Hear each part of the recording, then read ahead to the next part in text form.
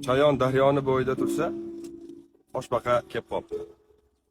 Ey, toshbaqa mana debdi, daryoni narigi qirg'og'iga olib o'tib qo'ymaysanmi? Desa toshbaqa aytibdiki, seni olib o'tib qo'yaman, faqat sen meni chaqib olasan-da, debdi. Shunda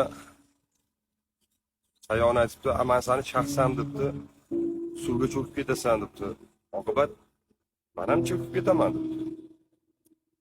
Shuning uchun nima qilay seni chaqib, chaqmayman. Desa, mayli, chiqindi yelkamga.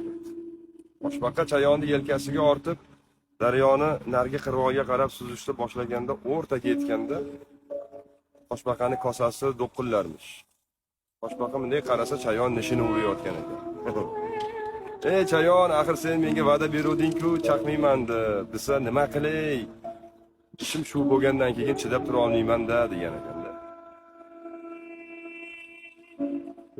Shunaqangi olimlar borki, yaxshi narsaga ham, yomon narsaga ham hayotga negativ ko'z bilan qaraydi. Ayniqsa ijtimoiy tarmoqda yaxshi narsa qo'ysang ham shundan ham bir ayb topadigan, yomon narsa qo'ysang ularning mahallasi bayram bo'lib ketadigan. Xullas kalom, ishi shu bo'lgan odamlar bor. Vazifasi shuki faqat chaqish. Shuning uchun chayon bolasi chayon bo'ladi, ilonni bolasi ilon bo'ladi deb Xurshid Rasulov bejiz aytmoqda.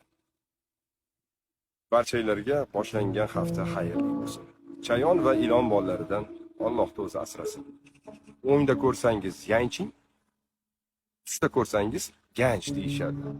Shuning uchun Alloh faqat tushda ko'rishni nasib qilsin. Bunday sovuq. Chayonning bolasi